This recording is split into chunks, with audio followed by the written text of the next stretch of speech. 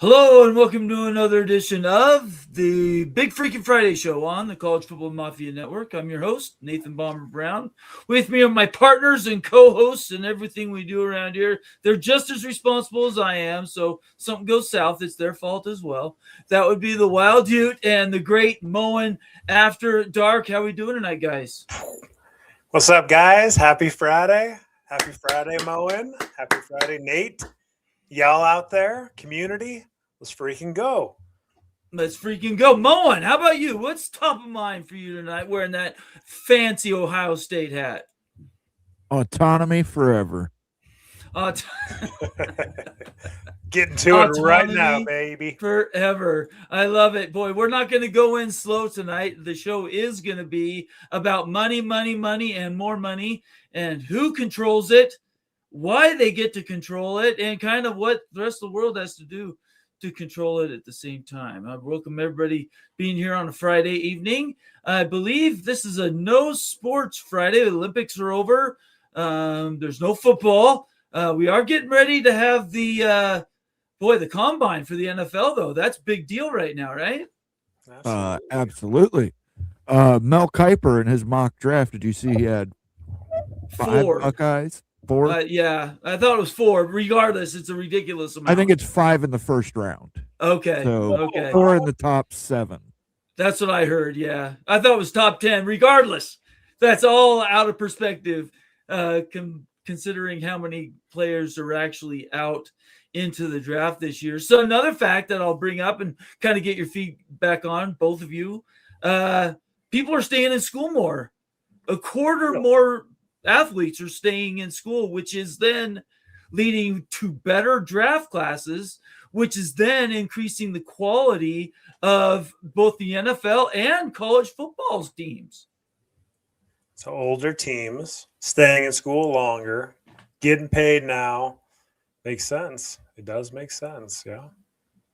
Yeah, you say that knowing Cam Rising stayed in school for 19 semesters. Based on how things might be working, go ahead. I was just going to say he's a lifetime backup. Is he teaching somewhere?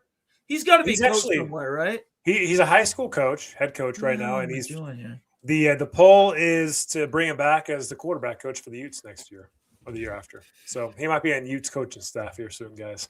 I'm kind of surprised that Kyle didn't take him, to be perfectly honest. Yeah.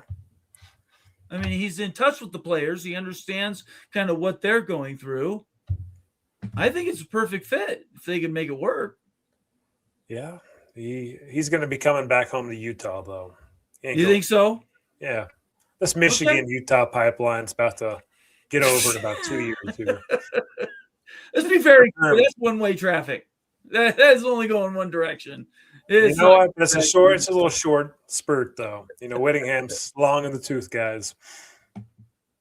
Okay, I love it. That's very, very good. I want to thank everybody for being here. Again, it is Friday evening. We're very grateful that you care to spend some time with us. If you don't catch us live, do know that we are available on demand. Moen, how do people catch us on demand once the show's over? It automatically shows up there in your little feed. We've got playlists from the main page for every one of our shows. Big Freaking Friday Show, Moen After Dark, Bombers Blitz, they're all there. As soon as the show ends, I put that into the playlist, so it's right at the front. It's impressive. And your catalog of Wild Ute University just continues to grow. This latest feature with Chris Lambert, who everybody knows is polarizing. You like listening to him, don't like listening to him, or somewhere in between. But you got some quality content come through there, right? Absolutely. And Rock and Rant. And I will have some content coming out over the coming next 5 days. So more quality stuff. But yeah, I like to bring folks that I often disagree with, on and everything, because I think it creates some interesting discussions and interesting ideas. So that's the whole point. Completely agree with you. I also have some special features coming. My next Voice of College Football show, One Big Thing, will be coming. Maybe we're going to push that back a week or so because I want to get good quality content, not just garbage. Let's throw anything in the airways. And I really want to hit that hard especially this evening, as there is so many other ways you can spend your time, spend your resources. We are in the quality, not quantity category. I think both you guys would agree with that. And it's really important for us to spend the time up front. So all you have to do is take it in, and then you can talk about it next time you're in the office at the water cooler. Absolutely. And I want to cross-check ideas off the community too and get some pushback from them, baby, because community doesn't agree with everything that we say. Certainly not Professor Wild You'd right here. And I promised you tonight, community, you will not agree with some of the stuff that I'm going to have to drop. Moen's about to take a different side of this coin too. It's going to be some fireworks tonight. I'm telling you guys, we're going to talk about the aristocracy tonight. I'm just giving you a little teaser and stuff, but that's all good. We're going to get there. It's going to be good discussion tonight. Cannot wait to get into it. Can't wait either. So let's jump right into some comments. Let's say hello to some people, give shout outs for those who are here early, and thank you all for being here early with us tonight. First, we're going to say Buckshot Kid, OG member of the College Football Mafia family. Buckshot checking in saying, oh, hey, at Moen, Bomber, Wild Ute. And Greg, is Greg going to make a special appearance? Greg is not going to make it. I had a phone conversation with Greg last night. He decided he did not want to. I didn't realize he had been bumped. So that's news to me. Well, he wasn't even really invited. He invited himself. Oh, okay. So, all right. Okay. Get Flugar. Let's go. Yeah. Okay. He declined. He said he was a jerk enough last time, but I told him it was fine. But he's fine. It's open invitation, Greg. Open invitation. And I will just say this: we don't, as you just said, get people together just to agree with each other. In fact, the only reason the channel even exists is because we like to disagree with one another. But at the end of the day, we respect each other, and that's super, super important. And everybody needs to understand that. Certainly, Greg Flugar is at the top of that list, and I want to give him proper shout out and credit. Right out the gate, we have a new membership, Moen. Charles Anderson has become a new member of the College Football Mafia family. Welcome to our new friend and made member, Charles Anderson. Charles, you now have access to all the members-only benefits, including members-only videos. A new Moen Confidential dropped yesterday. Access to all the emojis in chat, and we give special preference to members' comments. Member comments. So thank you for being a member, Charles. I hope you enjoy that members-only content, and we got a lot more of it coming down the pike. I want to really make sure that everybody knows our members come first. So your ideas, your thoughts and opinions, we give you guys as much airtime as possible. Charles, definitely get into the environment, join the team, become a participating member, and I guarantee you'll be part of the mafioso, and we will not take you for granted. So thank you again, Charles, for becoming the latest member of the College Football Mafia family. Do we happen to know Charles's school? I could not tell you based off of his username. Okay, so Charles, do us a favor in the comment section. Just let us know what your school is. Want to give them a shout out as well. Appreciate you becoming the latest member of the College Football Mafia family. And then right behind that is the Town Hawk checking in, representing the Kansas Jayhawks, OG member of long-standing at the College Football Mafia family. And I will say a $5 super chat goes for government in no way interferes with the current college football organization design. Signed Louisiana Governor Jeff Landry and Bobby Jindal. Why don't you guys break that down for me, please? Go ahead.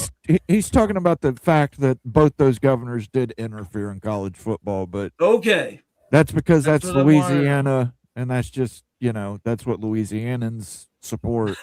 That doesn't mean that every of the other 49 states support that. I completely understand. Thank you so much for the $5 super chat and being a long-standing member of the College Football Mafia family. I got to give him his Jayhawk squad. Yes, please do. Yeah. I love it. Let's see. Kai-O. Kai-O 187. That's what I'm going with. Okay, I want the Big Ten, SEC, and Big 12 to get very powerful. powerful. I want the ACC dissolved and to never return in any form. I am a Notre Dame fan, and it's time to join the Big Ten. Now let's get with it. Let's go. Let's go, baby. You and I can be in front. Absolutely. Thank you so much. Great to see you here on a Friday night. Long-standing member of the College Football Mafia family. Good to have you here. Outlaw Skies checking in. Another long-standing member saying fifth. Go Buckeyes. I don't know if he's fourth, fifth, or first, but he's always first in my heart. Evil Badger, the Ryan Willie, Wisconsin Badger in the house saying, hi, College Football Mafia. Thank you so much, Ryan, for being a long-standing, the OG member of the Devil Frog of the College Football Mafia family.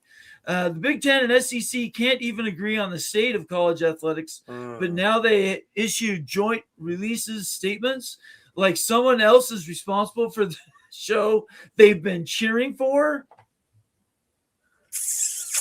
I mean, he's not wrong. He's absolutely not wrong. Moen, what do you think about that? I disagree fundamentally with everything he said. Okay. I appreciate that. Thank you, Devil. Somebody had to say it. I'm glad it was you. Big Lubbock representing the Texas Tech Red Raiders. Long-standing OG member of the College Football Mafia family saying first. He's always first in my heart. It's great to see him. He also says agreed, Devil Frog. So got some Big 12 backslapping going on there. Movie Time Blues. Always around here giving us good content. Thank you so much. We will know soon who outside the Big Ten and SEC are willing to stand behind Cody Campbell. I would be one of those. Versus schools who might side with the Big Ten SEC because of self-interest. Ute. Yeah, it's going to be a very polar thing. I do think that most schools are going to align with the SEC and Big Ten at this point. But that momentum is shifting, and it's shifting also in government circles, and that's why the pressure's there. That's why the frustration. That's why Moan's frustrated. That's why Greg's frustrated. Why the community's frustrated. It is shifting right now, and that's a scary proposition, and we'll get into more. For the Big Ten and the SEC. Sorry, Moan, you want to add anything to that? Yeah, I don't know that it's actually shifting. This is bread and circuses. It always is. A round table with a bunch of people that have no experience in college football. Here we go. Congratulations. Jerk off symbol. Wow. Okay. Thanks for being here, Movie Time Blues. It's great to see you. Skaven, yes. Go Big Red. Saying hello, gentlemen. OG member of the College Football Mafia family. Jan Hulk checking in from what country? Slovenia. Let's go. Slovenia checking in. We are an international show around here at the College Football Mafia. We appreciate him always representing and being long-standing OG member, regardless of his tag. We appreciate you, Jan. Hope you're feeling well and doing good. Hey, all is what he's saying. He also follows that up by saying, Cody Campbell idea is if we can't join the P2, let's take away from them. Thoughts? Yeah, that's you have no idea basically how straight on dead that is right there. That comment right there. That is the gist of everything. The foundation of everything we're going to be talking about is that if you can't be in the P2, then you tear it down. That's the fundamental bottom of it all. Hey, if we're going to get left behind and screw the system, we're going to blow it all up. That's exactly the foundation. And Jan just nailed it right here. Nailed it. That's the fundamental foundation of everything we'll be talking about tonight. That's the viewpoint. You leave us behind, then screw this whole system. We're taking you down with it. Burn it to the ground. It's 100% true. To the ground. I agree with you.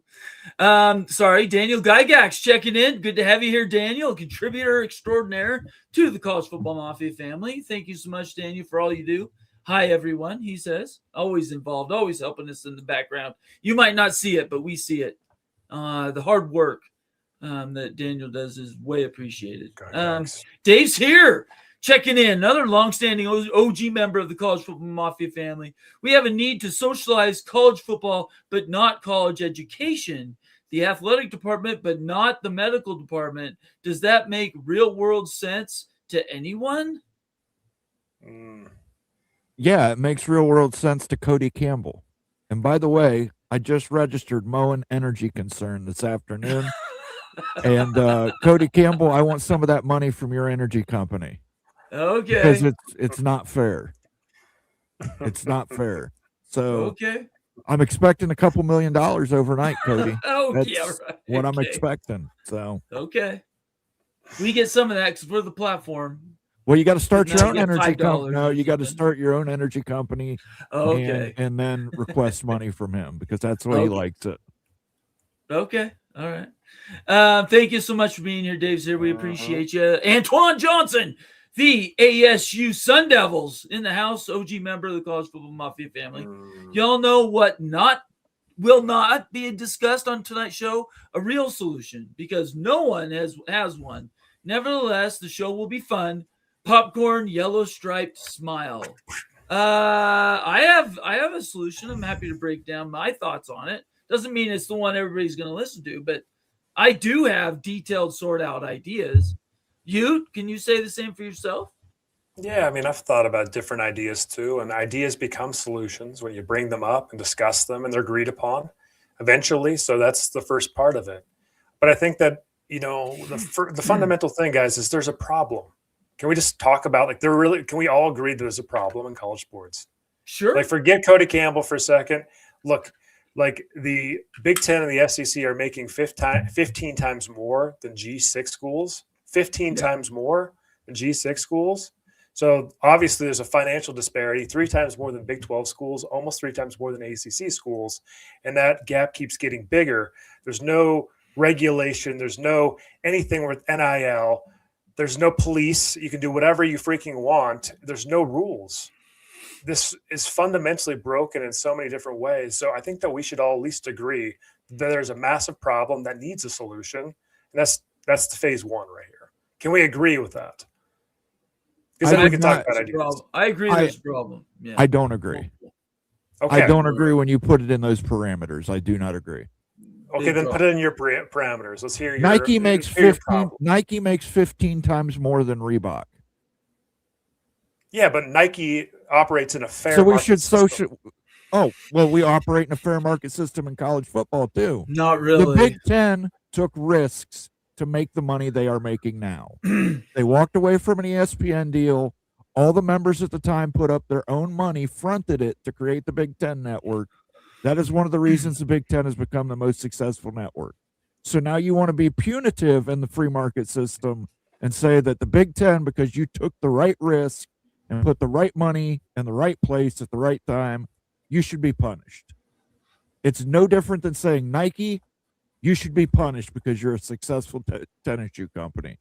You got to give some of that money to Reebok and some of that we money operate to in a Adidas. nonprofit world, Moan. This isn't a free market. This isn't Nike. This isn't a publicly traded company. These are tax-exempt universities that are funded by taxpayer dollars. The 1984 Supreme Court ruling said that college football is a free enterprise solution. It is notated in the 1984 Supreme Court ruling. So it is a free enterprise system. It 100% is. It operates on free enterprise. Now, you may not like that, and I understand where you're coming from. Hey, if I was on the outside looking in, I would be this, I can understand the desire to take them down for, especially for the Big 12. I get it. You guys got rated multiple times, but you're still standing. The Pac-12 isn't. The ACC probably won't. But yeah, no, I disagree fundamentally. No, I don't think there's a problem with the free market system. What do you think, Nate? I think that the system is baked in. It's been baked in for almost 60 years. I say since 1972, and the forward pass became predominant. Somewhere between 70 and 75. I do think things changed. I think that the media valuations and access to the time slots that they give, it feeds itself. It's a monster that continues to build on its own gains.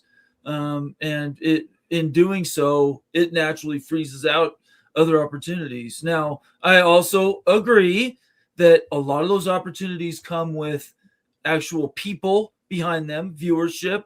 People actually have to sit down and watch these programs, but it's almost impossible for anybody else to break into those time slots and windows to sort of break up what is almost this close to being a monopoly. I'm not saying it is. I do believe the commercial system still works, but it's so front end loaded with historically advantaged conferences that what you call a risk, I call is just another tab on an Excel spreadsheet. What was the real risk for the Big Ten? Did anybody really think that the Big Ten was going to go out of business by starting to walk away Network? from ESPN? They were the first one to do it. They were the first. Okay, that's fine, but they're still the Big Ten. It's not like they changed their skin just because they decided to go with a different media partner. Well, they went with a different media partner, and they all had to build. They all had to invest in themselves to build production studios on campus to allow the Big Ten network to thrive. So, I mean, look, there were risks that were taken by the Big Ten that have paid off. There were risks taken by the Pac-12 that did not pay off. They were about as front-loaded and self-contained as you could expect, though. I don't think anybody would argue that on any way, shape, or form, the old Big Eight, let's say, versus the original Big Ten, those conferences were much closer together. Through consolidation, you've basically eliminated an entire conference and saying, you know what, it's easier for us to just buy and build than it is to build from the ground up, which is honestly what the Pac-12 is trying to do. The Big 12's continue to do. The ACC is just begging Notre Dame to stick around. Right, but those natural advantages, I'm not gonna give that the Big Ten really took a massive amount of risk to start the Big Ten network, for instance. I don't difference of opinion, but keep that. in mind, Nate, what you just described is exactly what the Big 12 did when they killed the Southwest Conference. I'm not saying that they didn't do it themselves. I'm not trying to single out anybody. That's what I'm saying. That was a risk they took. Example. That was a risk they took that paid off for them for a very long many years, and then Texas and Oklahoma left. But what was the real risk, though? I mean, you got these conferences that are following media evaluations that are going off long-standing access, higher level access to a national championship. They changed the rules over the years to make things easier and easier for the SEC and the Big Ten to win national championships. That's all done on the field. I don't know how it was made easier. Everybody had the same, ripping apart access. Yeah. Okay. Like you said, we can agree to disagree. You said we're going to talk about this a lot. That's just my opinion. You asked. We've got some super chats, guys. Yeah, I'll get to them. I just want to make sure you were done. You didn't have anything else? Yeah, we'll get back into it. Everything. Okay, all right. Peek around the corner, the Greg Pflugar, OG friend of the show, somebody I love to call one of my dear friends, and I appreciate it very much. It's not fair. Buckeyes make $100 million more than the Gophers every year. Hand over $30 million, Moen. If not, we'll blow it all up. Lol, you know what, Greg? Joke. It's not fair that Gophers hockey makes more money than big. There is Buckeye no hockey. Fair. I don't believe in fair anyway. I want you to hand over all those profits from that hockey program in Minnesota over to Ohio State, and then we'll talk about handing over money from the football program. I don't think fair exists in the world. We don't live in a world of fair. What do you think about Greg's comment here? Let's get a sounder for the mighty Gopher. You know, we got to do this one. Get them both. Get as many as you want. Oh! It's great to see you here tonight, Greg. Appreciate you. Okay. And there's one thing about Ohio State's individual financials and the conference level financials too, because we're talking about packaging the entire conference media rights for everybody into one entity, which would generate more money than there is today. Yes. I don't think that's even an argument. I believe Yeah, that. we can talk about the slice allocation of how much you get, but it will generate more money than there is today. 100%. Agree with that. Your own commissioner argues against that point. Yeah, but Because he's he's a an Brett idiot. puppet, dude. Yormark Yeah, he's an For idiot. SEC, man. We don't like He's him. a puppet. Yeah, we don't like him, but he argues against. Bob Thompson came out yesterday. Bob Thompson, the former president of Fox Sports, says, "I don't agree with Cody Campbell. I don't agree with that I sentiment." might not agree with the whole package, but if you package everything 136 in one entity, sell it off to multiple partners, you're going to be making more as a whole. What's the allocation? That's the conversation. That's what you don't like either. I get it. I get it. The idea that it's just trust me, bro, on the figures. Show me actual. How is it trust me, bro? Though it is trust me, bro. He went in. He's not. It's just trust me, bro, with the numbers. Show me actual contracts from people that are going to be paying $7 billion to get games from. Well, for one, I'm not going to disparage NEC6. If he had those ready to go, if he had those ready to go, he's not going to tell anybody. He knows how to negotiate. He's not stupid. But I believe that college football as an entity, if you took all brands together, the best brands, let's say, be very generous, say 80 schools, you pulled all those numbers together without taking a penny away from a Minnesota or an Ohio State, you're still on a whole going to make more money. And I don't think it's trust me, bro, just because he hasn't laid them in your lap. Well, I think it's trust me, bro, because I trust media people like Bob Thompson who says, I don't see it. I don't get it. I don't understand where it comes from. Where is this $7 billion that he just pulls out of the air? Math is math. You've got to show me some kind of equation. The additional $7 billion, but I do agree that it would generate a couple billion more. If you want some evidence of this, you ever heard of the system Claude that's disrupting markets right now? Claude system, that's Anthropic system, the best AI technology ever made. I'll show you the numbers right now. I did the calculations before this live show. Let me share screen. Let's see what Claude says about this. Yeah, go for it. I love this. Okay. Learning new stuff. Let's go. All right, so here we go. So Claude. Really quick. Greg, thank you for the $10 super chat. And thank you for being a longstanding OG member of the College Football Mafia family. Love you, brother. Definitely. So I asked Claude the question of like pooling money. What would it generate, pooling money? And I'm like, okay. And what Claude essentially said was that Cody Campbell's plan was way aggressive. He agrees with you. It agrees with you, Moan. It's not going to generate another $7 billion. But the fact is, it's probably going to generate another $2 to $3 billion versus what's in the pools today. If you add up all the media contracts from the Big Ten, the SEC, the Big 12, ACC, G6, if you add all those together today in future dollar terms versus what could be had in a package system, you're basically leaving $2 or $3 billion on the table, according to Claude.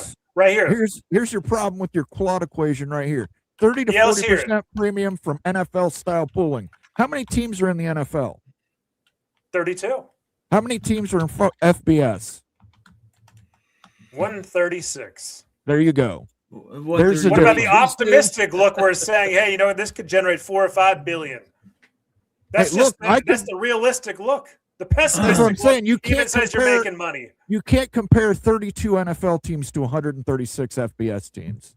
I don't understand what the comparison is. You have all the controlling rights to everything. But what's the purpose of the comparison? 100%. I don't understand. This shouldn't even be an argument. This is insanity that we're arguing. So here's what I'm hearing right now is that the SEC and the Big Ten media rights by themselves today are worth more than everything packaged together. That's what you're saying right now. That's basically exactly what you're saying. And that's what I'm true, saying man. is once consolidation is complete, the Big Ten and the SEC pulled together as media rights would be much more valuable than taking the additional schools along. Now, I'm not saying that that's what I would do, but that's where you're going to start pushing if you keep pushing the Big Ten and the SEC away from autonomy. They're not going to just say we're giving up our autonomy because you guys believe that pooling if you want to pool resources, I'm all for it. If the Big 12, the ACC, and all the Gs want to pull their resources together, according to Claude, that should make you guys all more money, correct? Well, then give us back the teams that you poached. I think, what are we actually talking about, though? You're poached teams and everything because you're complaining and everything, but you took all the brands and stuff from everybody else. I'm not basically sure just what the Listen. purpose of the comparison is. That's what I don't understand. You, What's if a the deer purpose of comes the up to you, comparison? underneath your tree stand, is that poaching it? And says, No. please shoot me. USC was not poached. USC came to the Big Ten. I don't Nebraska know was why we're not talking poached. about that. Okay. Well, I'm not going to let it stand that it was just everybody was poached. It's like let's That's- just okay. pillage everybody, then let's take our ball and run away. I'm Let's just pillage not everybody talking. and say, "Oh yeah, we were dominating anyway. We had all the structural advantages. We had all the advantages. We're the aristocracy over here. There's no free market system. We had tax exempt status. That's how you built your empire. That's the problem with this whole thing. And now that you got your empires built, you pillage everything else. And you're going to take your ball and run away. That's bullcrap. That's why people are sick of it. That's why there's this fight. That's why it's like, no, you're not going to do that. We're going to press you in any which way possible, whatever means possible, to stop this nonsense. That's what this is all about. You know it. I know it. I'm waiting for you to say the American people know it. All I'm going to say is I don't understand the purpose of the exercise in the first place. At the end of the day, if what we want to do is maintain value and have the best competition in football that is at all possible without depreciating the quality of the games, you can get between 60 and 80 schools in one grouping, regardless of conferences, and play top shelf football, and everybody will make at least what they're making now, if not a bunch more, depending on where you start. But I have never claimed, and I don't think Utes ever claimed, that we want everybody to be making the same money. I'm not making that declaration. What I'm saying is I want access to get into the dance. I want everybody to be playing the same types of games. I want everybody to be playing in the same kind of division of football. And the money, it's up to the schools to manage their money. That's up to them. I don't care if you go into trillions of dollars of debt. If your fandom supports that, then I'm all for it. Whatever. Everybody can make up their own minds. Where I absolutely throw down the gauntlet is no more of this exclusion. No more, you can't be in us because you don't make a certain amount of money. That shouldn't be the barrier. The barrier for access, there should only be, can you compete or not? And there will be a number where schools can compete or not.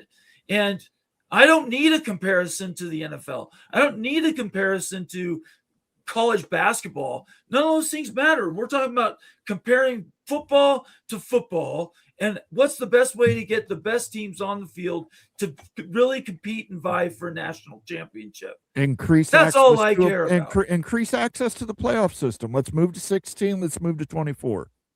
Let's increase access to the playoff system. You're not hearing me go against 24. So that's what I'm saying. Why do we need to socialize football in order to achieve that? Well, I think because though, you know why the NFL is so successful is because it has socialized everything. So there's something you don't have to try to copy, but you can emulate. Yeah, there's no rule that says you can't do what you can, pull the best resources you have available, and then slice it up. I agree, but if we cut the FBS down to the 32 best teams, then you could easily 32 emulate. Is not the number. It's not. There's not enough teams to generate enough of a balance to compete for national championship. And 136 is too much of a number. I did not say 136. I said 60 to 80. And I agree. And you can do that. Which is over half, right? And I agree. And you can do that without socializing college football. I think you've got the Big 12, you've got the Big 10, you've got the SEC. The ACC is probably not going to make it. They're probably going to get consolidated into the 3 conferences. But that gives you 60 plus teams. Where's that noise? But to do that, the only way to make that work is if their media valuations are all put together and cut up in, I don't care, 5 different layers. I don't care what it is, but you all have to be basing, all of your games need to be not on just ESPN, not just on Fox. You should be able to spread those games out across multiple vendors and still be super successful. Which the Big 10 has done. Well, I mean, to some extent. Well, yeah, they're on NBC, CBS, Fox, Big 10 But Network. why is the FCC now putting the NCAA on notice? The FCC is basically saying, you guys bread and are circuses. this close to being a monopoly, Yeah, and bread and you are circuses. screening out access for Joe Blow to watch football games. Bread and circuses. Okay. All right, Ute, anything else before I get to another comment? We got a bunch of super chats. We got a bunch of super chats we got to get Let's to. go to guys. super chats. Okay, let's do super chats. Okay, so Greg was last. Go Black 45, best social name in the business. We appreciate you, Go Black 45. You know I love you. Okay, comrades, everyone into the big pool all at once. $2 super chat. You want to do Sounders at the end, Moen? Yeah, we'll do Sounders at the end, but I will just say Das Vidanya, comrade. Go Black. You guys must think that. What do you guys call the NFL then? If like you're so bent about this, like the NFL. I'm not bent about it. I mean, like it's funny because like the SEC and Big Ten folks lose their mind on this. They this do. Is the number I one don't. thing that they go absolutely insane. Like Because it's wild to see this. You're They taking want to our restrict autonomy. access. That's why. You're It's taking important. our autonomy. You're saying Ohio State can't play Illinois anymore. They because want to their new keep I'm not regional it. saying that at all. pod I'm just saying that has- the money and it's Has taking Kentucky, West Virginia, Pitt, They want to teams keep we've- it a closed loop. That's teams why. we've never played before. You want to take our autonomy away. I don't want That's to why. take You the wanna autonomy. I take just our want to take freedom. the ability of Yeah. you But you running, are. pulling your ball, I don't even care going about to a the different autonomy league and thing. leaving everybody else out because Yeah. we are the Big Ten. That's basically what this says. Is Yeah, neuters that's that nonsense. says you can't run away and pull away anymore, and you can't threaten that anymore. We're for the not last- like you have threatening been for the last to. 5 years. Nobody has Yeah, you threatened are. to The pull SEC away. does that every day, man. That's the thing. And so I disagree, guys. Like, this is how the world works and everything. The NFL works like that's the best league in the world and stuff. But when we're talking college sports, we got to have 10 different media deals. Oh, 10 different media deals. If you package it all, there's more money. It grows for everybody. And if you allocate it a certain way, everyone could make more money. It's not I've that been hard. saying that. I've been saying It's that really for simple. 3 years. I don't understand. But you lose the It's not a debate. prestige. It's the prestige. I get Yes, it. I by know that. forcing everybody, by removing their autonomy, by mandating that they join into the media pool, you maybe possibly could get more money. That's not There what is it your problem. says. That's You're not removing what it autonomy. You're mandating people. I don't That's have a problem if not- the Big 12 and ACC and G7 all combine That their is media if not that's what they what- want. That's But if not the what Big Ten Cody is says no, saying.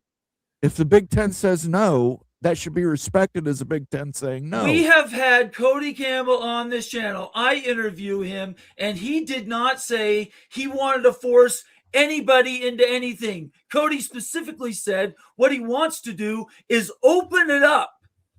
Lower Okay, the, that's remove fine. the barriers from 61 Open it up, but at and the make same it time, make if it the Big so Ten they says can no, be collective. They Okay. can be collectivized. so but the He's Big not Ten forcing can, anybody to do anything. He's basically taking the guardrails off, saying, "Let's come up with something better together."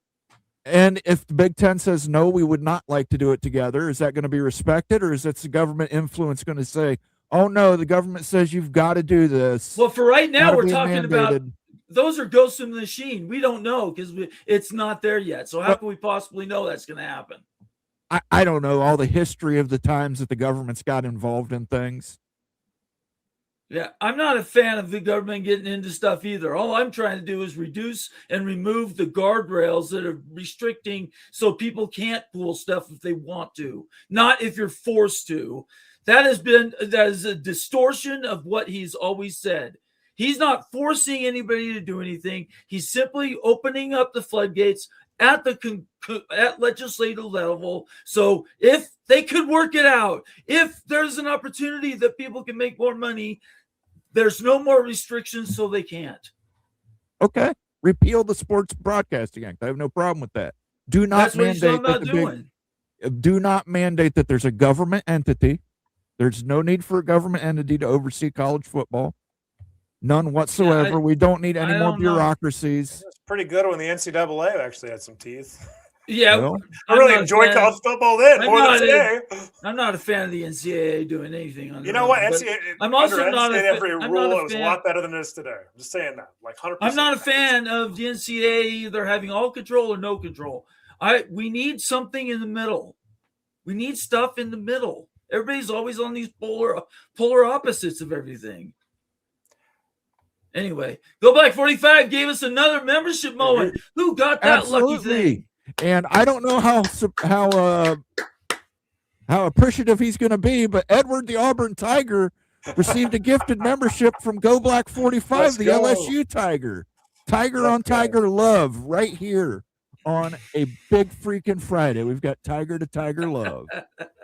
I'm not no touching over there, okay? And Moen, what do you do with those memberships? How do people you activate them? You can click the little cash icon. This is the same way you can leave a super chat or a super sticker. You can click the little cash icon, become a member, gift a membership. Edward the Auburn Tiger, you have membership status for 30 days here on the channel, courtesy of our friend Go Black 45. You can look at all the great stuff we've got in our members only library, use the members only emotes, and get preference for members only comments. Very, very good. I just want everybody to know that my friend and brother in Christ is saying I'm wrong. So just so everybody knows, I give equal time to everybody, and Greg thinks I am wrong. And that's cool. I've been wrong many times in my life. Listen, I think there's something we can all agree on. We're all fans of the free market when it comes to super chats. So yeah, let's go. All right, Bulldog Mississippi, who, by the way, is working on some presents for people that are part of the College Football Mafia family. Appreciate you, Bulldog Mississippi, representing the Mississippi State Bulldogs of the SEC. $10 super chat. Has anybody read the white papers? I read the crib notes, and I have the crib notes. We're going to bring them up in just a little bit. Yeah, let's bring those up. I did. You want to do it right now? Let's get through super chat. Okay, let me get through the super chats first. But I'll get to the crib notes, Bulldog Mississippi, and then we'll talk about them for sure. To Town Hawk, another $2 super chat. SEC Big Ten market percentage cooperation manipulation equals cartel, Moen. Cartel. Town Hawk, I have a question for you. Would you feel different if Kansas was in the Big Ten? Of course he would. Okay. I would feel different if BYU was in it. I full on admit it. I admit it. See, one man's cartel is another man's conference. That's right. Just don't travel to Mexico. By the way, super glad all loved ones got back in the Flugar household from Mexico. That was some scary stuff. Hopefully people are staying safe. Stormy Cyclone checking in, another valuable OG member of the College Football Mafia family, $5 super chat. The P2 got their power through greed. They took 5 teams from the Big 12, destroyed the core of the Pac-12, and continue lurking in destruction. Moen, you're lurking.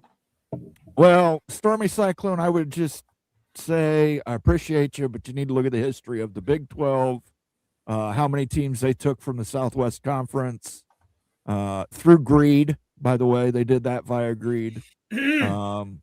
We're all predators. Just because we're apex predators doesn't mean that, we're the bad guys. Okay. Greg again, another $5 super chat. Thank you, Greg. Big 12 equals biggest suckers. Hit the milking sound bar, Moen.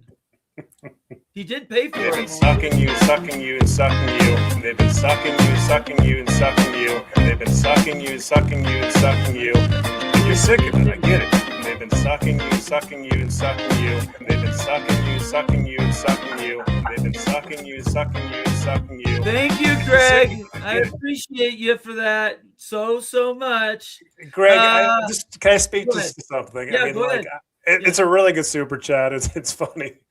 But like if we let's just talk about this honestly if we pooled all the media rights and then you allocated that based on brand or however you determine and everything, you really wouldn't be sucking anybody. You'd just be earning what you basically yielded. And so you could actually hedge the sucking part of that, milk sucking part. Whereas in the Big Ten, everyone gets the same amount and stuff, whereas Ohio State makes 3 times more than everybody else.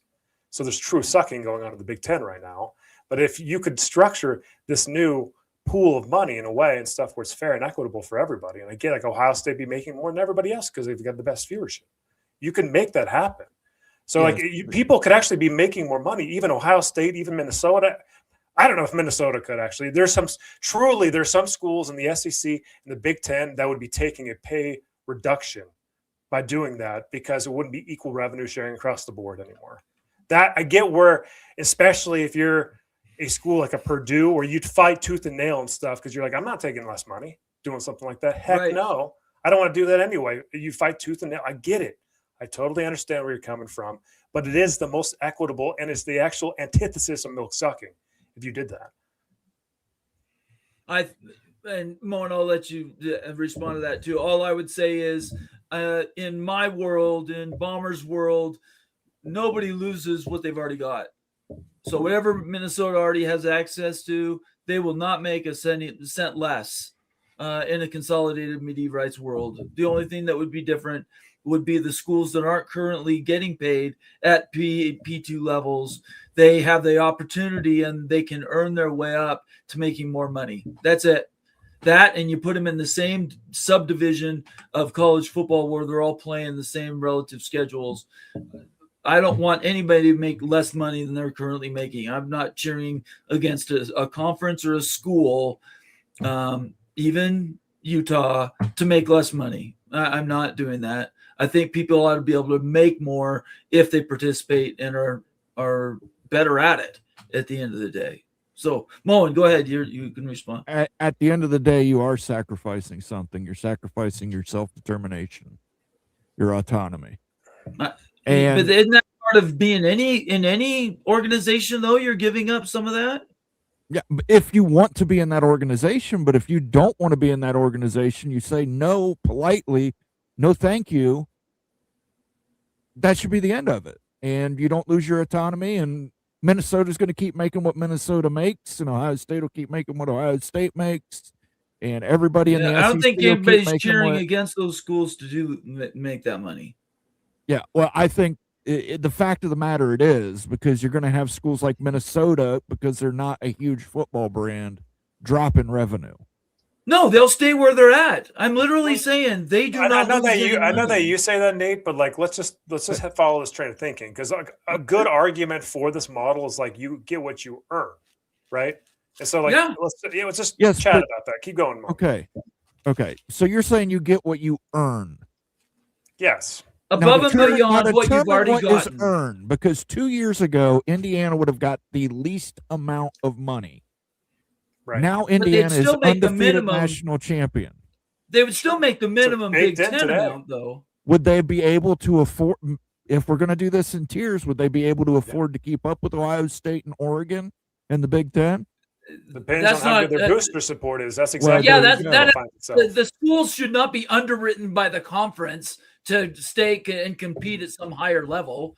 You get whatever the baseline is to start off with. We start somewhere at zero. Everybody has their relative value, and you only go up from there. You earn whatever is above and beyond.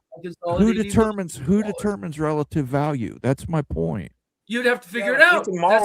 But right now, the conferences have the autonomy to distribute relative value. The ACC has a relative value system that's favoring Florida State, Clemson, and Miami. That's up to the ACC. But the Big Ten should also be able to determine relative value for teams like Minnesota, Indiana, Purdue. But it's not. I'm not talking about money. I'm literally talking about access to what is some sort of a higher grouping for the schools that actually want to pay the freight to compete for national championships. But you've got that with playoff access, Nate. If you want to increase playoff access, no one can argue it's equal playoff access. Texas Tech received a bye this year. They were one of the top 4 teams in the playoffs. Yeah, that's not an argument I'm going to get into because I already know the facts, and the facts are that if it was 16 teams, would BYU be in the playoffs? Both years. Yeah, there you go. So it's about increasing access to playoffs. Okay, but again, that can come with better media valuations. You could expand the playoff as much as you want. Yeah, you could expand it to 24 right now and just You would have plenty of Big 12 teams, You plenty could. of ACC teams in to compete for national championships. But there's no backstop. There's no backstop to say that it's just going to continue to be a two-conference league, a two-conference playoff, and everybody else is just there, for the giggles. Nate, the You last can't two same. years, the SEC hasn't even been in the national championship game. My point is that they're the only ones that are getting more than one team in. You can't win a national championship if you every year get 1 out of 16 and your competitors get at least 4. I agree with you, but then you should be talking about changing playoff access and not talking about pooling media revenue and mandating. I think it's all together. I can't separate the two. Okay. We'll leave that argument on the table. Let's move on to more. Okay, did you want to say something again before we got to the next? Let's move on to some more comments. Okay, let's do that. Let's see here. Look at this. Greg's Disney Adventures. That would be Expedition Greg, the Ohio State Buckeyes, valuable OG member of the College Football Mafia family, gifted with another membership, Moen. He gifted that membership to Patrick the Hat Trick. Congratulations, Patrick. There's a great name. If you're in the chat, make sure that you thank Greg, Expedition Greg, my Buckeye friend. He is a man. He is a man. He is a man. Thank you, Greg, for that gifted membership. Patrick, if you're in the chat, make sure you thank Greg. And if you happen to get a gifted membership, and I'm talking about at any time, consider paying it forward and giving somebody else one. That's how we keep this thing getting bigger and expanding on it, bringing in more people's opinions, and we love having you guys watch our member videos. So consider giving somebody else one if you receive one for free. All right. To Town Hawk again, we are going to a pro model, $5 super chat, except we don't split TV money evenly, have no cap nor any luxury cap tax, signed a bunch of fornicating hypocrites, Ute. Fornicating. What are you going to say to that? Of the word usage, yeah. I mean, the structure, that's one of the core issues and everything, right? Like Cody Campbell's plan or not. I mean, I don't agree with most of Cody Campbell's plan, guys. I don't. But there's some interesting ideas that are worth discussing. And I think that's the purpose of a show like this. And like to Town Hawk's super chat speaks to the lack of structure in place. That's one of the core issues and stuff that needs to be fixed. And it's not being fixed. There's no fix in sight. So at least Cody Campbell's plans, at least trying to address that with more structure, more governance. We don't know all the specifics to that, but like a little bit more regulation in different areas by a government entity. The NCAA used to do it. It never seemed to be that big a deal when the NCAA had teeth. Bringing somebody like the NCAA back in the fold, I don't have an issue with that, guys. It's going to work like that again, unless I'm misunderstanding something. Like it's better. That was a better system than this is.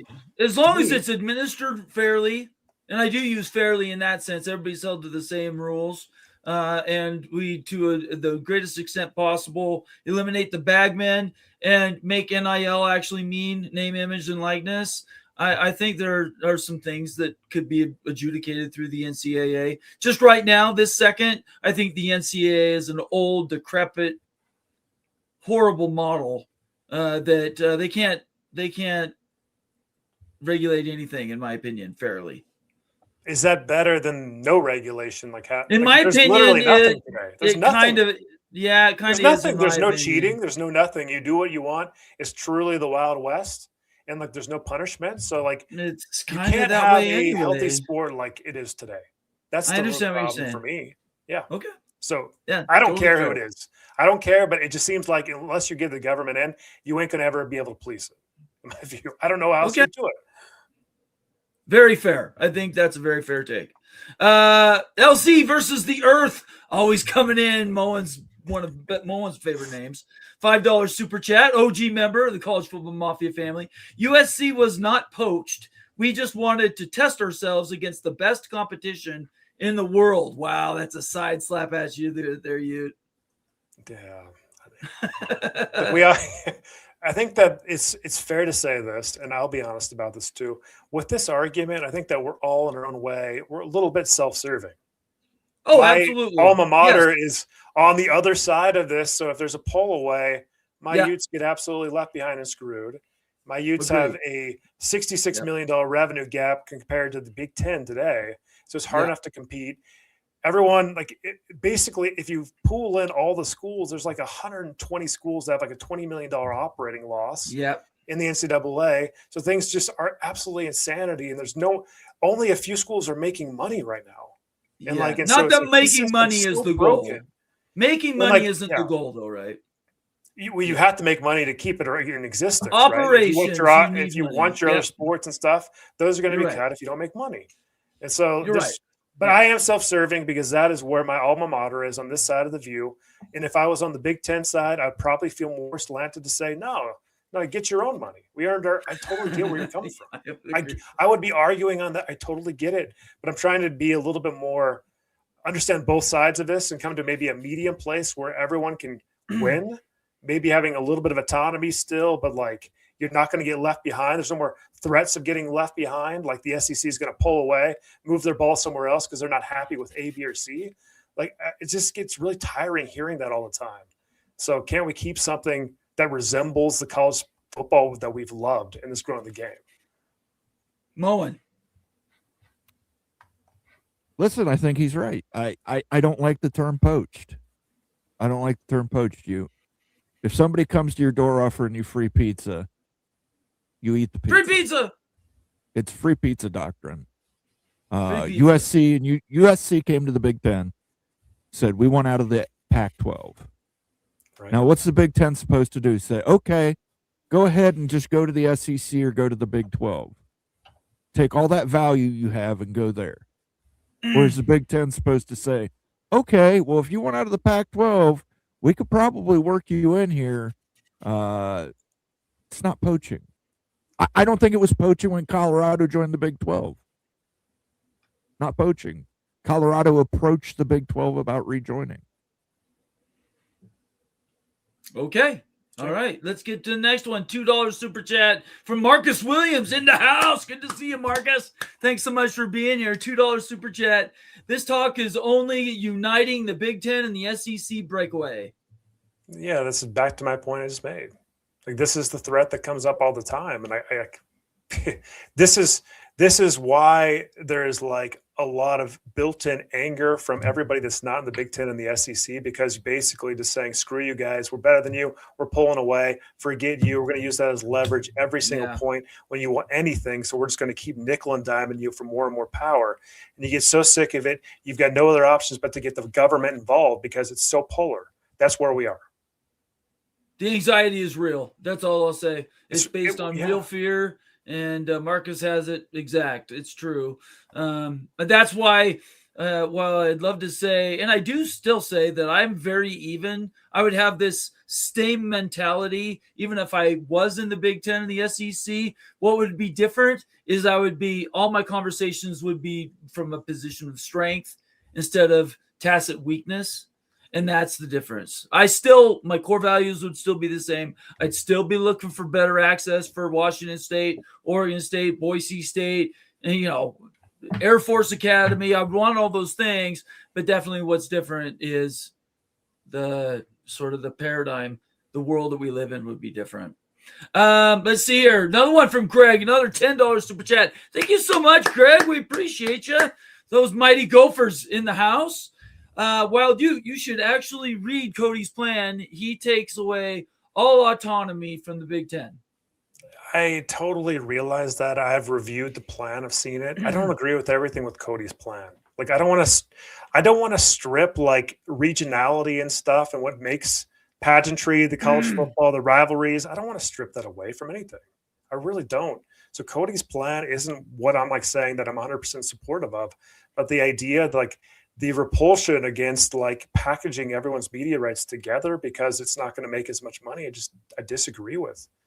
And I think that if that were to happen, there'd be more unity and give more power to the non-P2 schools. So you can't get this threat of breakaway all the time, like we just saw. And I think that there'll be more health in the system too. So that's what I'm trying to make the argument for, guys. But your argument is double-sided. You're saying I'm for autonomy, I'm against autonomy. I'm for packaging media rights. Which means that autonomy, you're taking the autonomy away from the Big Ten and the SEC to do their own deals on their own media rights. Aren't we conflating two things, though? I mean, that's what the NFL does. So yeah, I guess so. In that way, keep There your you go. name. I don't care. Keep your Big Ten name. I think you're conflating I don't two care. different things. I don't think they're necessarily the same thing, Moen. They I could do. be It's either or. self-determination. You're I mean, taking the AFC away. West Yeah, doesn't have but a media you deal. want to know? But making You want to it, know why I the don't Big get Ten that. and the but SEC just are making it threatening an to option break does away? not immediately dictate and drive outcomes, though. No, but you want to know why the Big Ten and the SEC are threatening this? It's because you want to take away their autonomy. Okay, again, You want to strip them of their self-determination. I don't believe that to be true. So, But does that mean like breaking away and just taking your ball and going to a different league? Is that what you're really? Yeah. getting If you're at? going to try and strip us of our autonomy, if you're going to try and strip me of my freedom, I'm going to fight you on it. That's what the threat was before even this conversation happened. So I think that genesis was that threat that created the government intervention conversation, which we're talking about. And that's the only Moan. Guess what? That's the only leverage you can play. There's nothing else. What are you going to do otherwise? Yeah. That's it. That's the last straw. We are at the last straw. There's nothing else you can do but get the government involved because you guys have already made your decision. You guys have already made your decision. If you threaten our freedom and our autonomy, we have not made any decision. And this idea that there's a threat, I think that decision has been made. I really do. Okay. I disagree with you. The Big 12 and the ACC have access to the playoffs. If we expand the playoff, they have even more access to the playoffs. There's access for the Big 12 and the ACC to win national championships. It's up to the Big 12 and the ACC to field the teams to do it. And bridge $90 million in annual revenue, right? Basically gaps per year just to remain competitive. So $400 million more. That's just not realistic. You can't compete like that, Moan. You're basically leaving everybody behind. You're asking something impossible at this point in time. At this point in time, that is not possible anymore. Texas Tech was the top 4 seeded team from the Big 12 in the playoffs last year. It's not impossible. It's not. And the SEC has not played in the national championship game the last 2 years. One year it was Notre Dame, who's independent, who has their own autonomy. And the other year it was Miami, who came in and beat the Big Ten's defending national champion and gave this year's national champion a hell of a fight, and also beat an SEC team in Texas A&M. So, I mean, the ACC was, a couple plays within winning a national championship this year. So you can't tell me they can't compete because they obviously can. I've never said any of those things. So no, no, you're talking to you directly. I've not said any of that stuff. Because I don't believe I don't give the premise any oxygen. In the way I'm looking at it, I don't agree with it. When you're looking at going forward, the gaps that are going to exist this year and in every single year in the future, that's becoming more and more polar. It's becoming harder and harder to bridge, and schools are already suffering losses. So you're asking boosters to cover all that stuff. From a concrete standpoint, that data becoming harder and harder unless you've got a multi-billionaire booster like a Cody or a Miami's got, like you said. But like it's becoming the deck is getting more stacked. In other words, every year, and that's true. That's what I'm trying to say. I think we all realize that, and so I look at the premise differently. So let's get to a couple. Okay, go ahead. No, finish what you say. I wasn't trying to cut you off. No, there's nothing else to say. I get where the other side of the argument is. There's going to be no movement on that. I get it. I get the arguments every single way. It's just like it's gridlock at this point in time. Again, going back to it, the only lever that the Big 12, the ACC, and everybody else is not the that's not in the Power 2 has is government intervention at this point. So there's not a pull away to bring more equilibrium, more rules in place. It's the only lever they have. So it's not stopping. It's not going to stop because that's it. This is the last straw. Okay. We do have some gifted memberships, Moen. First of all, Daniel Gordy, thank you so much, Daniel, for giving one membership to a new member. And on top of that, the other Gygax, Daniel, the Gygax, 5 gifted memberships. So that's a total of how many? 6 gifted memberships right now, right here at the College Football Mafia family, Moen. Daniel Gorby became a member, and that is 5 gifted memberships from. Did I misspeak? I'm sorry. Let me find. I got to find Daniel Gygax's gifted memberships now. Yeah, sorry, I mean, Daniel Gorby, there's so much support in the chat, guys. Thank you so much. Definitely. The Architect 101, 850 Knowles for life. Let's go. Jessica Wilson. Hawaiian Bro, Jorge Antonio Rubio. We're all gifted memberships by Daniel Gygax, the other Gygax, the supreme commander of the shorts here on the College Football Mafia. Let's go. Make sure you thank Daniel in the chat if you received one of those gifted memberships, and consider giving it, paying it forward by gifting someone else a membership too. So thank you, Daniel Gorby, for becoming a member, and thank you, Daniel, for giving memberships. Karma is real in the world. What you give out comes back to you in spades. I really encourage everybody to give memberships because it helps other people that might not have everything that you do. Let's see. FCS guy checking in. Good to see FCS guy. It's been a minute since we've seen you, but I love having you here. You got to have that other side of the story. Glad he's here to represent. $5 super chat and a longstanding member of the College Football Mafia family. I'm with Moen. I'm sure BYU and Utah would, or Big 12 or ACC would share their pool of money with the Mountain West Conference and the SEC, whatever conference. In my opinion, I'm happy to share the money. To me, it's not the money. It's the disadvantaged access to the college football playoff that is my biggest takeaway. Money matters. What you says is not wrong. I don't focus on the money. I focus on you go 23-4 over 2 years and don't even barely sniff the playoff. That's a problem.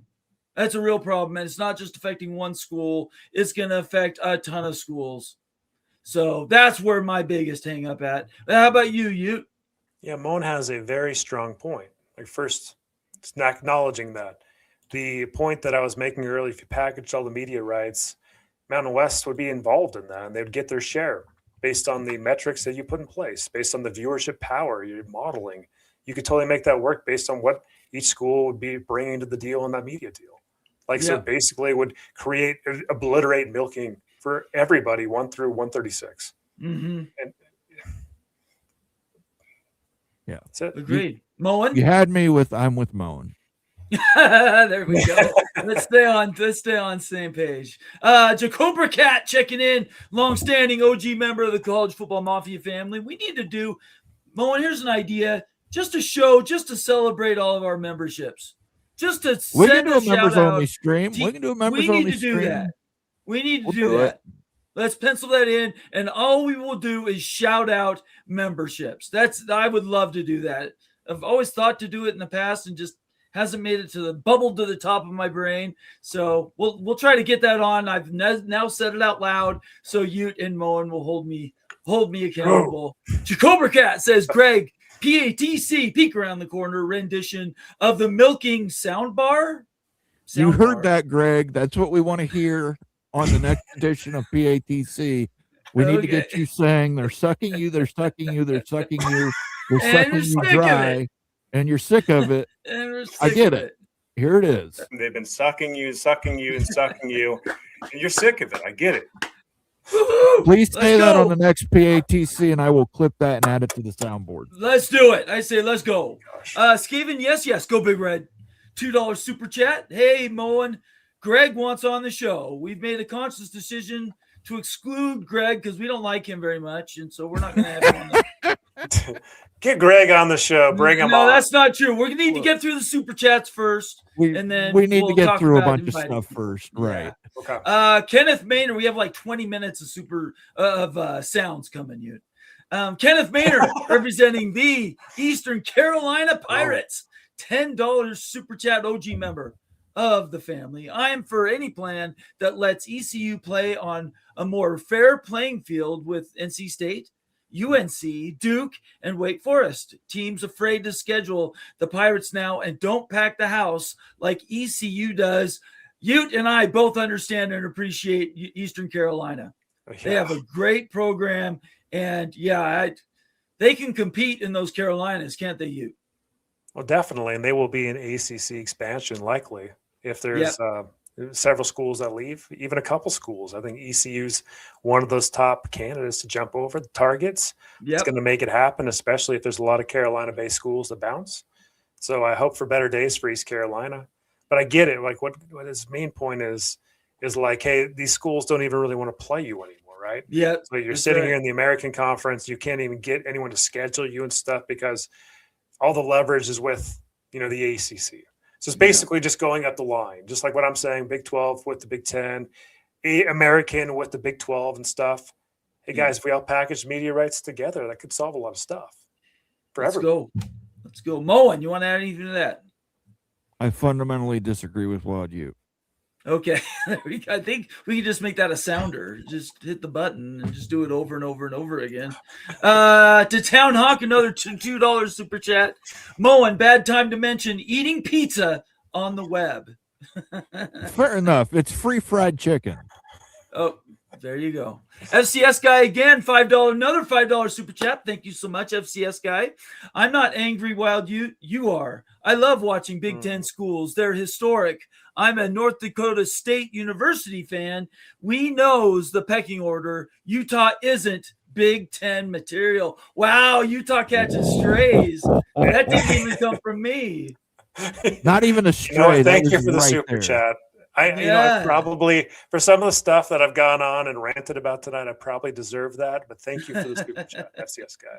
I love it so much. And last but not least, and then Moen, I will give you editorials control after this. Rock and Rant checking in from the College Football Express with the mighty Miami Flow in the house. Good to have you here, Rock. Rock's not only a contributing editor around here, but he's become a dear friend. Me personally, I think to Moen and Ute, and really appreciate everything he has done for us. I just love knowing that Professor Wild Ute lived long enough to become a villain. Remember, for 24 months. That is over 2 years, guys. We can't scare off Rock, even if we try. Thank you so much, Rock. Thank you so much. All right, Moen, get some sounders done. All right, let's do some udders on fire. Mm-hmm. Oh, it's quite pleasant, actually. It's like a gentle tug. Okay, slightly less gentle now. My udders are on fire! Saying you can't control your bitches? Pimpin' ain't easy.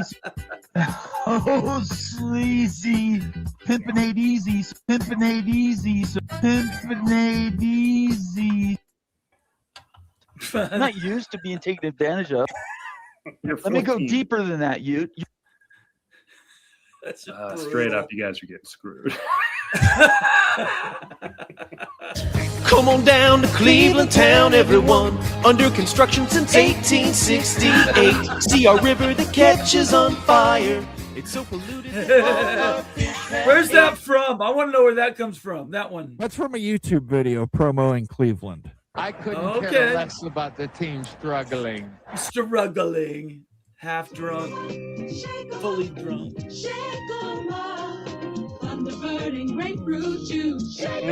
That's a cheers. shake 'em up. Wow, totally together. Totally. Greg Georgia Flugar. Tech, guys. Georgia Tech.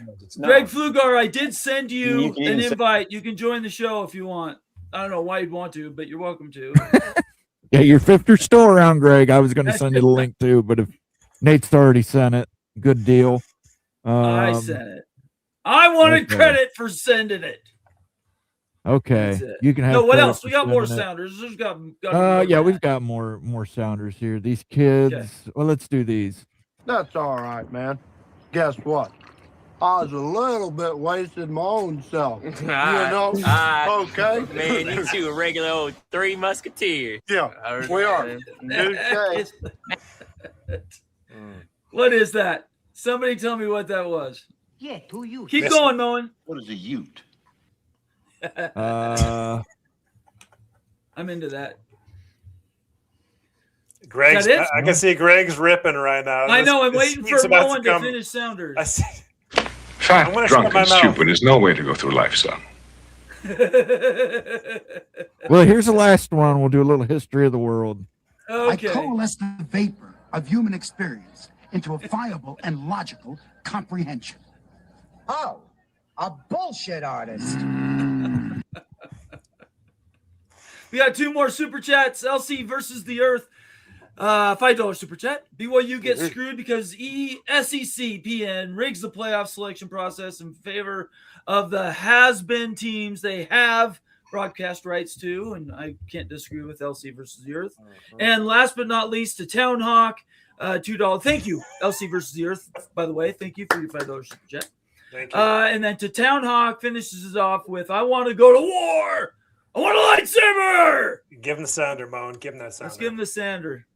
Let me see. I gotta find it first. I am a man. I am feeling the effects of masculinity right now. I feel the testosterone. I want to go to war. I want a lightsaber. I'm a man. All right, I have to go in just a few minutes. Greg, I'm going to give you just a few minutes before I sign out of here. Kind of tell us, how's your day going? Well, I'm at war, actually. Okay, please tell me why. Look, I promise I'm not going to be unprofessional like I was the last time I was on your guys' show. I don't remember that. So, yeah, okay. I was a jerk. I promise Okay. not to be a jerk tonight. Okay. And I understand what Wild Youth is saying. So I apologize to Wild Youth. Wild Youth is not actually defending or supporting Cody Campbell's plan. I get that now. So Wild Youth, I apologize. Nathan, you might not be doing as well. But I got to I'm doing just fine, Greg. Thank no, you. I'm saying you might not be. I mean, I get it. I get it. Yeah. But there is this whole tap dancing that's going on about those who are supporting Cody Campbell in this effort, in which they do not want to talk about his actual plan. And that is the actual plan that the Big Ten and SEC are fighting against. So it's like two ships passing in the night. Those supporting Cody Campbell's plan are not actually talking about his plan. And his plan is not a mystery. We've known what's in the plan since last September. Now, Cody Campbell won't talk about it. He won't talk about specifics in any interview that he's in. But we know his plan. Google September Ross Dellinger of last year. Look at read the white papers of the Big Ten and SEC. Cody Campbell has not pushed back against the details of the white papers. He's only pushed back against the timing of the Big Ten. And why did they release it now? The crux of Cody Campbell's plan is not the Broadcasting Act of 1961, where we allow people to pool their media rights together and negotiate, right? That's not his plan. It's mandated. Nobody has an option. It's mandated. And the most important part about Cody Campbell's plan is who controls the media negotiations? Who controls who Utah plays next year? Who controls who gets what piece of the pie when we get all this big money coming to us? Oh, thank you. Minnesota would not lose, but Mountain West schools get more. Who figures out the metrics? Who decides the algorithms? Who decides all of this? Do you know in Cody Campbell's plan, do you know who decides all of this? 14 people. Huh? There's a 14 people on a committee. There's a commission. Yeah, it's a committee. Okay, wait. I'm trying to be. Okay, I'm not trying to be a jerk. I'm not. Honestly, I'm. The people who are making all these decisions is not the schools, not the conferences, not the athletic directors. It is a government entity. That's in his plan. So it is a government takeover of college sports. Now, I have to give props to Nathan, and I have to give props to Wild Youth because they're making a very good case of the deck is stacked against us, right? How do we get out of this? We're losing money. I mean, even teams in the Big Ten and SEC are losing money and all that. And you guys know I have no answers, right? I don't have the answers to that, other than it ain't going to be by no government control. Number one. Number two, it's probably going to go through innovation, something that we don't even know yet. I'll give you an example. The Big Ten network was incredibly innovative. Like 95% of the people outside of Big Ten country mocked the idea. Every national reporter, every single one of them mocked the idea. It took 5 years for any Big Ten schools to get any return on the money of that, because they had to pay back Fox Sports to be the sugar daddy to create the Big Ten network. It was incredibly innovative. And through that innovation, sorry, Cody Campbell, but through that innovation, it has spurred the popularity of women's volleyball all through the Big Ten network on a Wednesday and a Sunday night. You should see that. That's one of the reasons why the Big Ten network has, they Nielsen rate their net conference network, because it is so popular. That's why they're getting more and more bigger ad rates coming in, because it's so popular. Okay, so from a Big Ten perspective, we see this Big Ten network that is creating this monster in women's volleyball, in men's hockey, and everything else. And the Cody Campbell plan is the following. If his plan got enacted, there would be no more extension of the Big Ten network. There would be no more private media contracts that you could do. It would all come crashing down. It would all be stopped. Come on. So the creation of the Big Ten network that has helped the schools who invested in it, who all have an equity stake in it, who all have an ownership in it. Let me ask you the question. Who's going to cut University of Minnesota the check that would be coming to us if Cody Campbell brought down the Big Ten network? That is like a one of a million questions out there. My final say in all of this. The cure, I do not know. I don't have an answer to that. But I think it's going to be an innovation. Like, for example, the Big 12. The chatter behind the curtain, you can take however you want it. The Big 12, Brett Yormark knows, he believes he knows what he has to do. He has to have a partner, a strategic partner. We talked about it on your program, next to him when he goes in those next media rights negotiations. He wants to go big on a big time streaming partner, right? And of course, he wants to go international. He wants to hit it big time. And with basketball and football decoupled, I don't know if that's going to work. I have no idea if that's going to work. But whoever figures out the right innovation, maybe a conference does their own CBA, maybe a conference has the decoupling of basketball and football, maybe that works. But the idea that some government body is going to run all of college sports and make all these decisions, and happy days are here again, na na na na na na na na. I think it is, and I'll shut up after I say that. I think it's the most ridiculous plan I've ever read, I've ever dissected, and there is no way on God's green earth that the Big Ten and the SEC can even.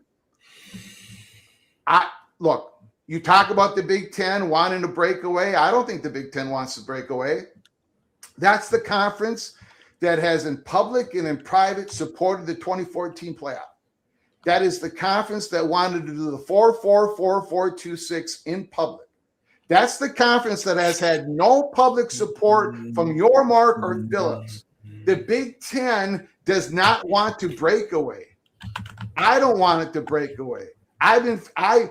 There's so many people that are still fighting for a playoff access, like Nathan valiantly says. Everybody should have this playoff access. The Big Ten has been on the front. They've been on the front of that.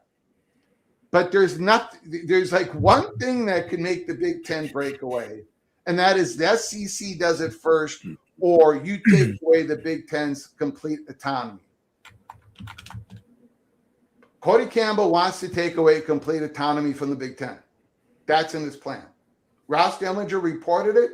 He gave Cody Campbell time to deny it, and Cody Campbell did not deny it. That's in Ross Dellinger's reporting. The white papers are accurate that the Big Ten and the SEC put out there. We have been at DEFCON 1 for months. Finally, people are waking up. And I don't want us to go to war. I don't want us to break apart because that is horrible for the college football fan. I love watching BYU. I love watching Utah. I love when we play the playoffs. I love these non-conference games. I want more and more and more in the big playoffs. But handing it all over to a government entity, nah. SEC's gone. They're gone. And they'll take the backlash, but they'll be going. Thank you for the opportunity. I appreciate it. Wild Ute, Nathan, Moen. All right. Well, you can't just drop the mic and leave, Greg. I'm not leaving. I'm thanking you for letting me actually talk about what's Cody Campbell's plan is. Right. I think that's totally fair. I do have to go. I'm a little over time. What I will say is, one, Greg, thank you for coming on. We do that around here. We engage, right? Yes, you do. And it's okay to disagree. What's not okay is to be disagreeable or don't show respect. And we are the opposite of that as a team. Us, you, College Football Express, Coos Corner, everybody. That's all done through mutual respect, and I really, really appreciate your time and whatnot. The only question I do have one question, and then I'll get out of here, Mo, and I know you got super chats, and this would go to all three of you.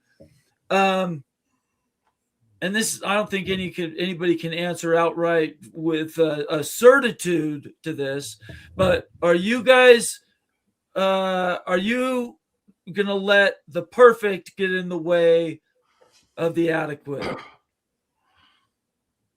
Because perfection doesn't exist, and just, in my opinion, and just saying it's impossible to do because it's never been done before, it makes my skin crawl.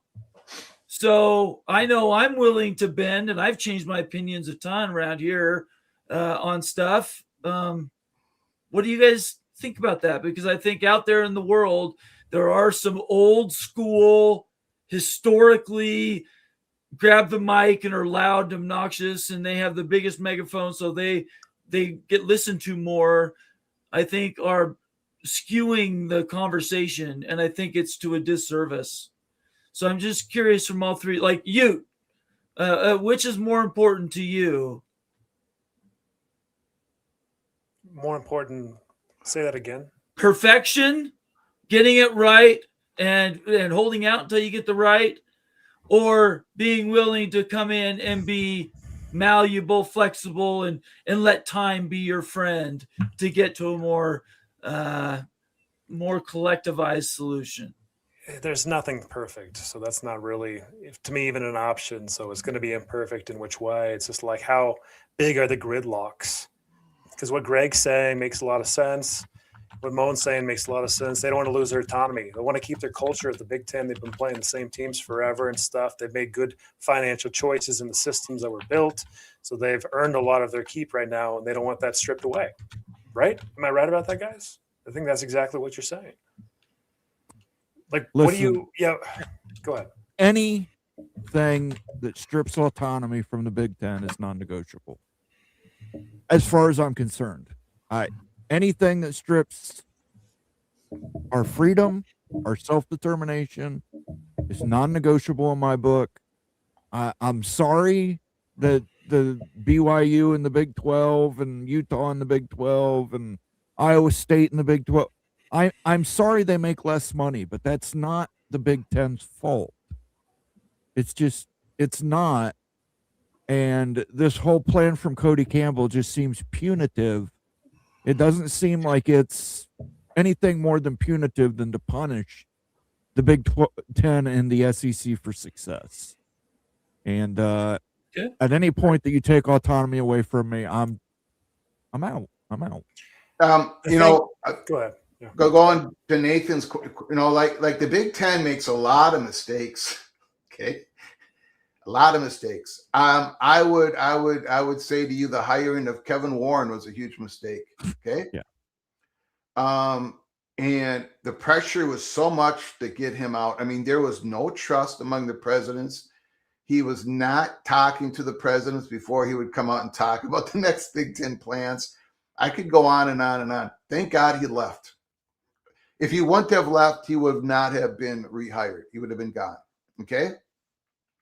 And one of the things I said on my live show at the time, I said a bunch of things would have to happen for the Big Ten to be able to for the Big Ten to add on Oregon and Washington. And one of those things was Kevin Warren would have to leave first because Fox could not stand him anymore.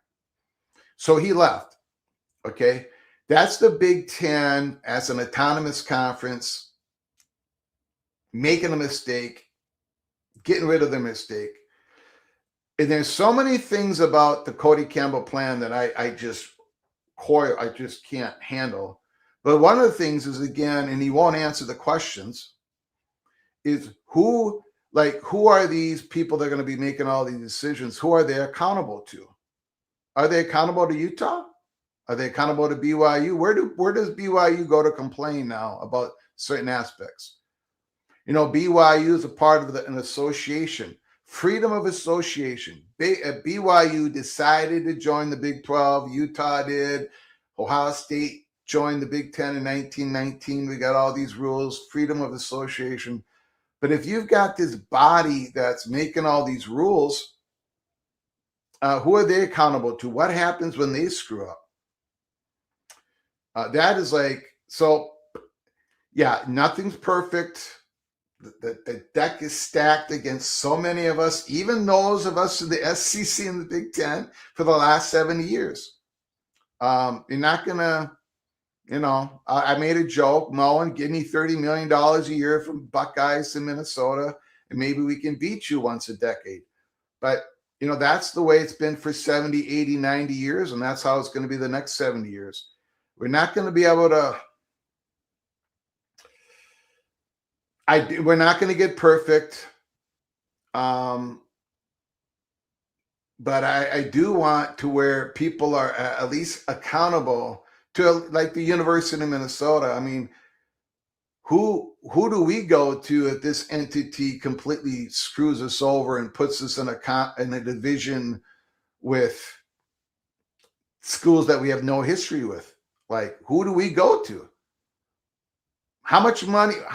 What kind of money are we going to get in, at least in the Big Ten, where, we're talking with conference mates for many, many years about how much, maybe we do go to unequal revenue sharing, but we're discussing that among us. There's fights among us. Now we're going to get 138 schools that all going to agree to bow down to this entity.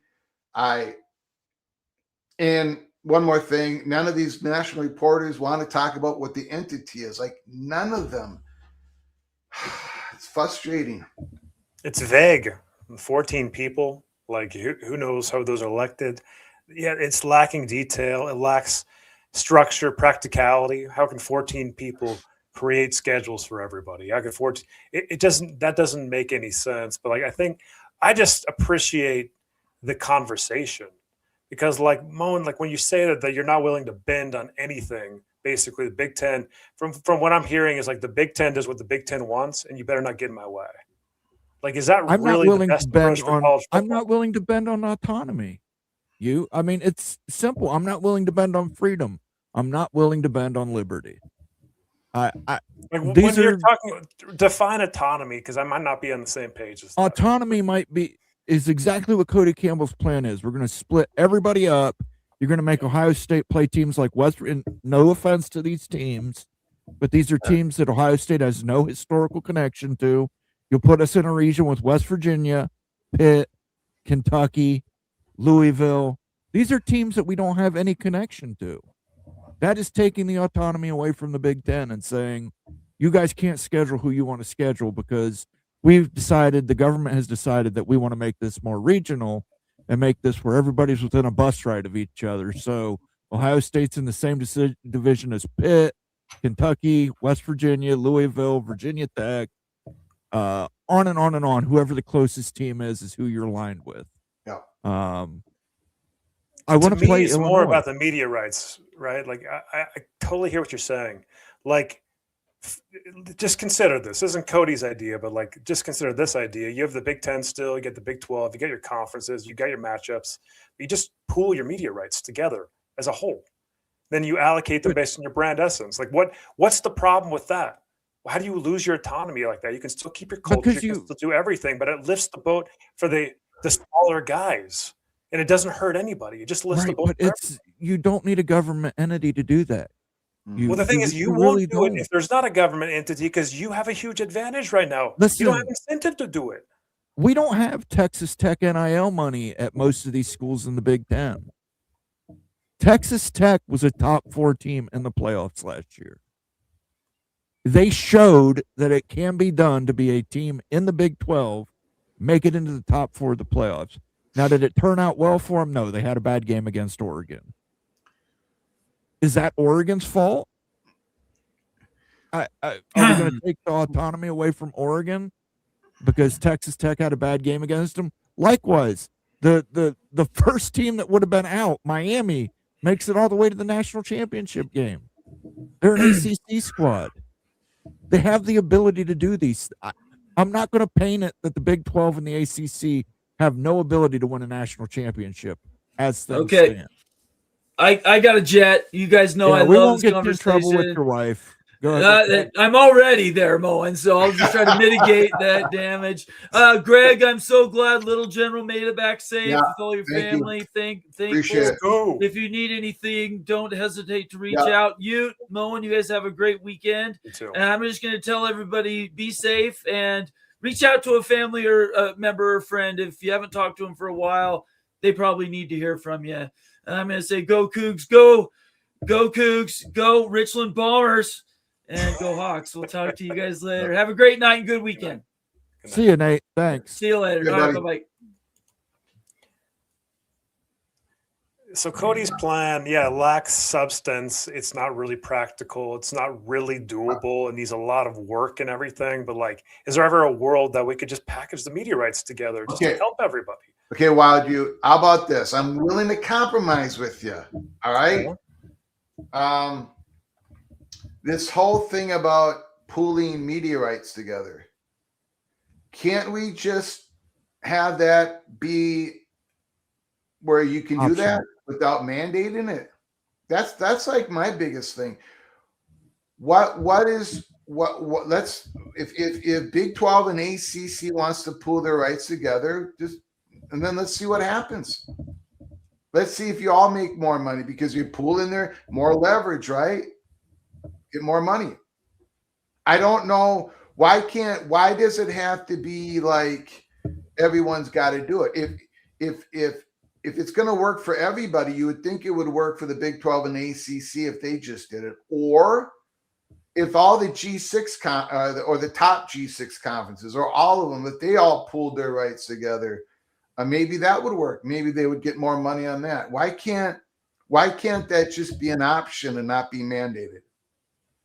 Because it's like taking like the most valuable rights and separating them and just pooling AAA rights, like in baseball. Like there has been a collection of the best brands through realignment. And so that's not, and like, there's no incentive for the Big Ten to do that because of the structural advantages in the media rights right now. Like there's no way the Big Ten will do that because you guys have a clear advantage that's growing every year. So there's no way that you would ever feel compelled to jump on an optional program like that. That's just not something that would be in like the Big Ten's best interest, but it might be in the sport's best interest. And it might be fair for everybody. That's what I'm compelling to here. That's what I'm trying to argue for. Okay. Jacobra Cat with a $5 super chat. Greg's behavior last time was shocking. At least he's clothed this time and unarmed. Yes, Greg. And but he did sing this time.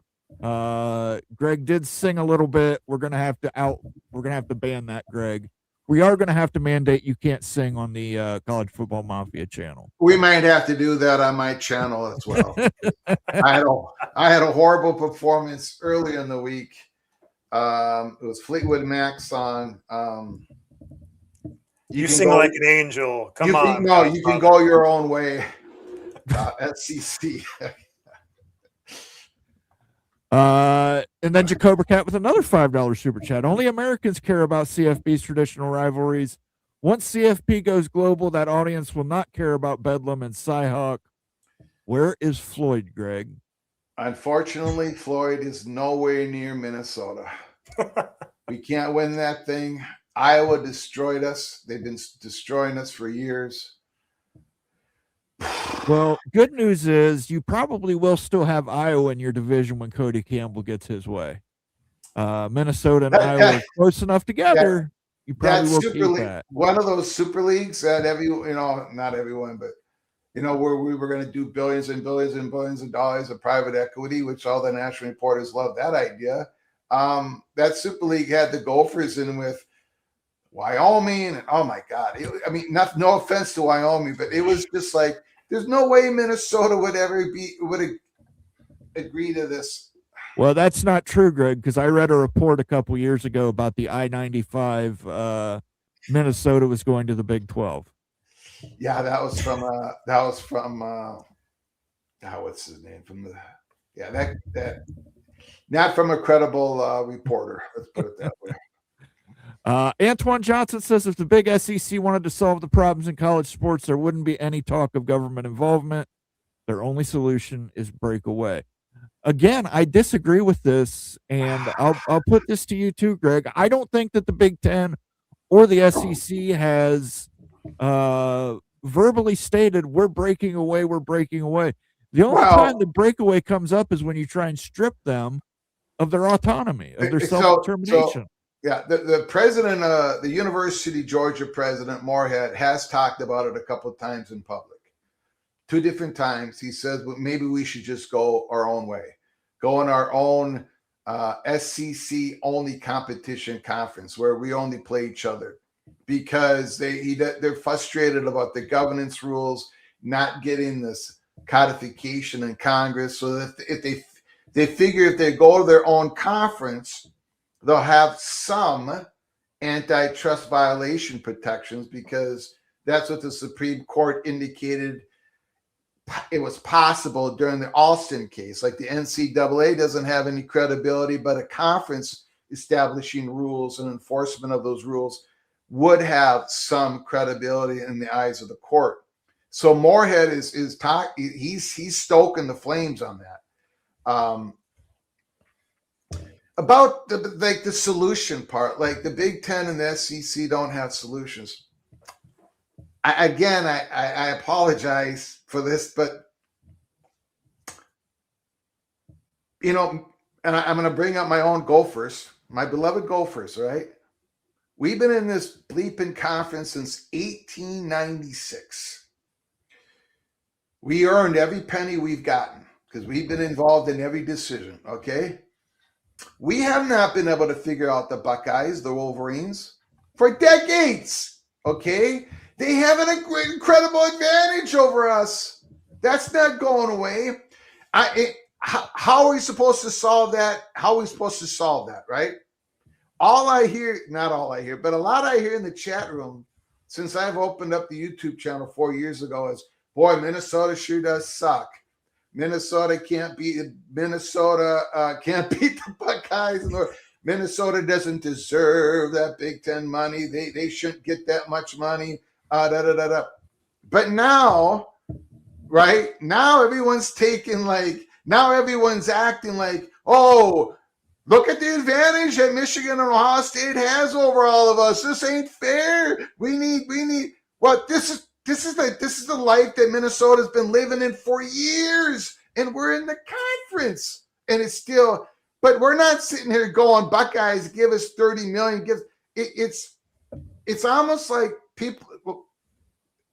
Forgive me, but people are not consistent with their arguments at all. It's like How dare Minnesota not give the Buckeyes more money? Oh, by the way, everybody outside the Big Ten, Buckeyes, Michigan, you should come in with us on this so we can raise our boats.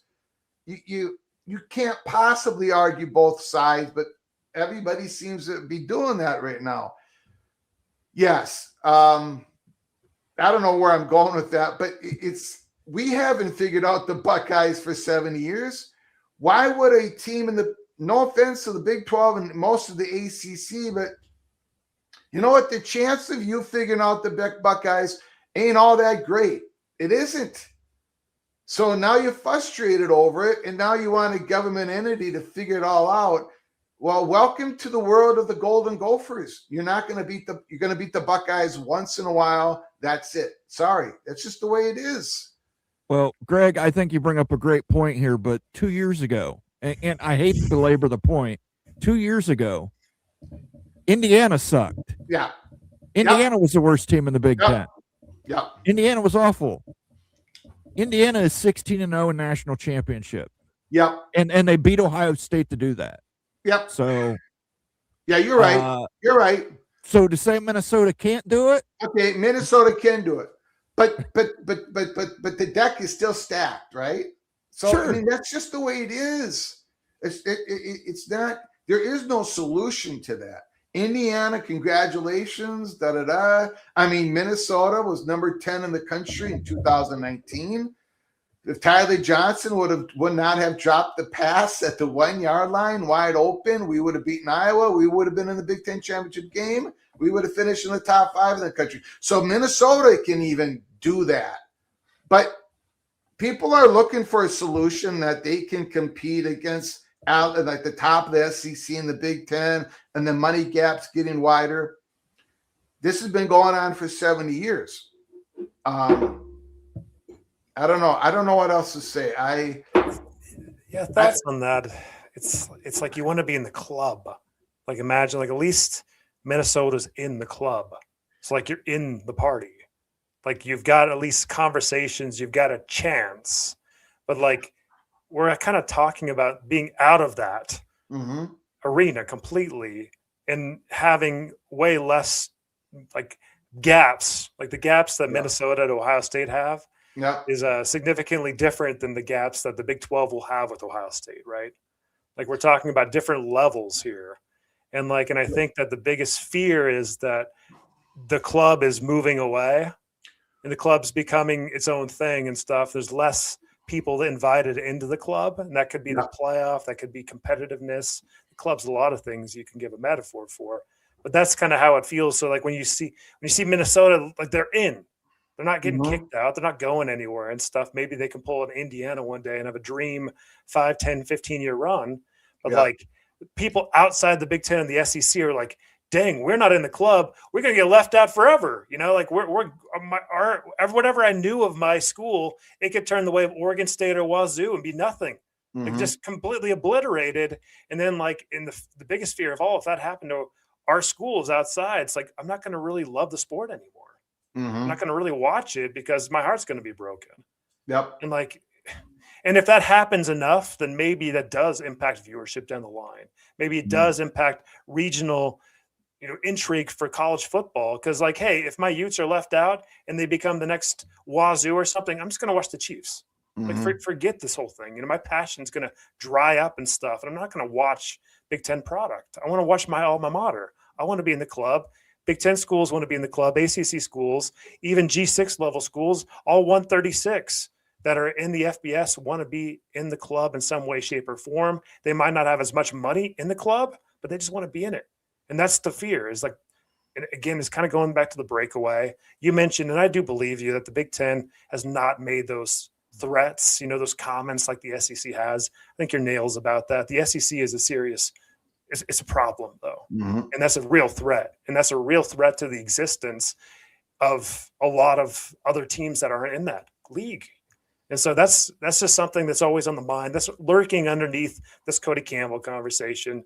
And I would love to just come to like a solution to that too, where everybody is like, hey, for the good of the sport, can we do anything to work together? Yeah, and great comment, Wild You. I would say let's just pretend for a moment that we did this Cody Campbell plan, and all 138 schools are under a media umbrella, and you came to this sort of metric algorithm that decides who gets what money and whatever. And I guess my question is everybody still really, is everybody in the club at that point? I think so. Really? Sorry, go ahead. I mean, no, you go ahead. It's just real. I mean, so Colorado State makes 10 million more than they do now in media money. Are they really in the club? It just creates a stickiness when you do that. So Pete, there's no pull away. There's no threat. Okay. There's no more leverage that you can do, because you're like, I can't take my ball and my media rights and just make my own universe anymore. Yeah. It creates that stickiness where everyone's going to be in this club. There's going to be different power brokers in the club, but you're still in. Okay. So that was my reason for being for the Army of 24. Yeah. That would bind us together. Well, yeah. That would be the totally stickiness. Makes sense. Because I don't think raising media right. I don't think raising Colorado State $10 million more does anything. I mean, it does great for the athletic department, but they still can't, if you're going to do that, then the Buckeyes are going to get $25 million more under this algorithm metric, whatever these geniuses at the entity going to be. You're still not, you're not going to get parity. It's just, and again, and then because I asked you about my compromise, why don't we make it an option and not mandated? Because let's say we do the Cody, and I steal this line from Moen all the time because I have no really good original material myself. Cody, trust me, bro plan. Mm-hmm. What if we actually did this and it didn't work? What if the networks balked at it? I'm serious. What if the network's like, how are we supposed to even bid on this? I mean, what the hell? I want to be able to do the it's like, it would be, what if it didn't work? And then what do you do? So I'd much rather let conferences experiment with this bundling of their media rights. Like, the last time the Big Ten expanded with Oregon and Washington, they got 50 cents on the dollar. Those are two incredible brands. But the network, Fox, CBS, NBC, was not willing to pay full freight for the addition of Oregon and Washington. Uh-huh. So to say that all these networks are going to throw all this money at 138 schools, I just... Look, can we agree though? Can there be one thing we agree upon? If that round table does happen with Trump and those 40 people or whatever, come on. What are we doing? I mean, do you really think anything? I mean, first of all, the first hour will be everyone slapping each other in the back and, Tiger Woods, can you give me some golf tips? And, you got Condoleezza Rice, you got Tim Tebow, you got Nick Saban, you got all these famous people sitting around. They're not really gonna, right? They're not gonna really come out of that meeting with anything work. I mean, there's not gonna be anything there, right? No, it's all show. It's all show. I mean, you know what? Like this whole conversation, I don't really think this Cody's plan or government intervention in this is really going to happen. I don't think that's like the chalk, like you'd say. Yeah. But it does do something. And like, as much as like, I see like comments and stuff like, oh, we're definitely going to pull away and stuff because of these threats. It brings back. So like, you're getting punched a lot, if you're not in the Big Ten and the SEC, it's a punch back. And maybe like maybe there's a little bit more equilibrium because you've got some leverage in this way where the thought of it, the threat of it could be bringing something better for the game in the future. Because you never want to be in a position where you've got zero leverage and it's just a leverage play. That's a good point. I mean, the Big Ten and the SEC had these advisory groups, right? They have all the power for the college football playoffs, and they couldn't even come to a compromise. They couldn't even, Greg Sankey kept saying, Well, smaller the room, the better we can make a decision. So they made the room so small, they excluded the ACC and the Big 12, and they still couldn't come to a decision. Mm-hmm. I mean, the SEC couldn't even come to a decision from going to 8 conference games and 9 conference games. That's why the whole idea of like 138 or a super league of 60 schools or whatever, none of us can agree on anything. The Big Ten couldn't agree on the UC investment deal. None of us trust each other, Waju. None of us can stand each other. In fact, I can barely be in the same stream as a Buckeye over here in Moen. It's just, you know. Yeah, but I feel the kind of way that like Greg's like my little brother. In that way, it's like he's annoying, and Mom keeps saying you have to take him to the mall with you, but we keep taking him, and we just put him in the Orange Julius court and just say, hey, just drink Orange Julius's, and we'll be back in about 2 hours. We got a couple super chats we got to get to here, gentlemen. Yeah. LC versus the Ears. Just curious, would Utah be satisfied being in the SEC, or would they still long for the sweet, sweet caress of the Big Ten? I think that the heart desires the Big Ten and always will be the Big Ten. Yeah, no matter what conference they were in. Gopher and Husker football are 2 prison tarts with Tiger Hawk tattoos to show ownership. Big 12 can't have our property. Cobra Cat, man. I don't know. Sometimes you have me worried, sir. We got to win that Floyd back. That's all I know.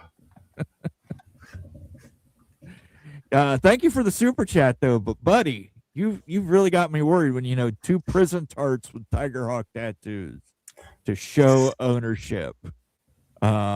Big 12 can't have our property. Oh, you got me worried there, guys. But I would bring this up and we'll end it on this. Cody Campbell, just as an individual, do you really believe he gives a shit about saving college sports? If Texas Tech was in the Big Ten tomorrow, how quick would Cody Campbell shut down the Save College Sports movement?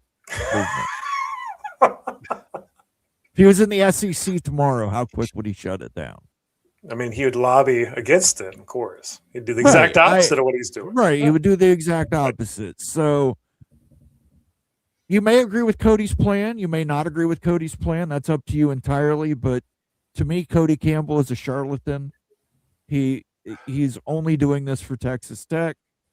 Coos with the super chat says, I think we're all missing the main reason for CC's plan. Saving college sports, schools are cutting sports. All should be bothered by that. I think all are bothered by that, Coos, but I think it's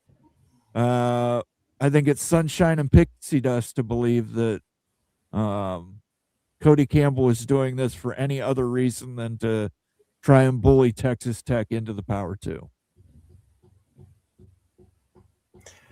Yeah, I mean, Kuz's super chat, though, there's a real problem here, right? Not just the financial disparity, but like cutting these Olympic sports. So I'll tell you what, like, I don't want to go to the Olympic Games and get our butts kicked as Americans, guys. That's going to really suck bad. And nobody wants to see that. And that could really happen here. Like of the next 8 years. Look, the games are coming to Salt Lake City in 8 years. We freaking better win a ton of gold medals. That's all I'm saying. So I want to keep Olympic sports. I want to keep them healthy. We got to figure out a way to do this. And right now, the current structure isn't working, so something has to change. Like, we're not going to solve it all tonight, but something has to change. Just again, I'm not trying to be a jerk, but I'm up here in northern Minnesota, and Minnesota has played a big factor in these Olympic gold medals. And the hockey program, and most of the hockey money is in Minnesota, and Mariucci Arena is the mecca of college hockey. Everybody in Minnesota plays hockey. And this program, if Cody Campbell would have his way, this hockey program would be run by some government entity. Yeah, It's just the way it is. It's my And- understanding, Greg, you have your women go on the ice and birth them right onto the ice rink, correct? Yep. That is the way it's done. Have you guys ever watched Minnesota high school video of the games? I have not, but I'm not a hockey guy, but I heard that. Go yes, ahead and YouTube it. Go ahead. They and birth them right on the and then they cut the umbilical cord with a hockey skate, and they give the kid a hockey stick immediately there in Minnesota. It would be. I mean, everybody with a pit. Well, they all got shotguns, but everybody with a pitchfork would just. It would not last a moment. I mean, it would. No, you keep your hands off our hockey up here. That's. Cody has no idea. It's somehow a government entity is going to run the preeminence hockey program better than the University of Minnesota in the state. Nah, come on. So no. Caleb Ramirez has been a member for 11 months. Thank you, Caleb. Has a question for you, Greg. Do you have any new information on the Holy Smokes Theater you can talk about while you're on the show tonight? Can you drop any nugget exclusively for the college football mafia audience, Greg?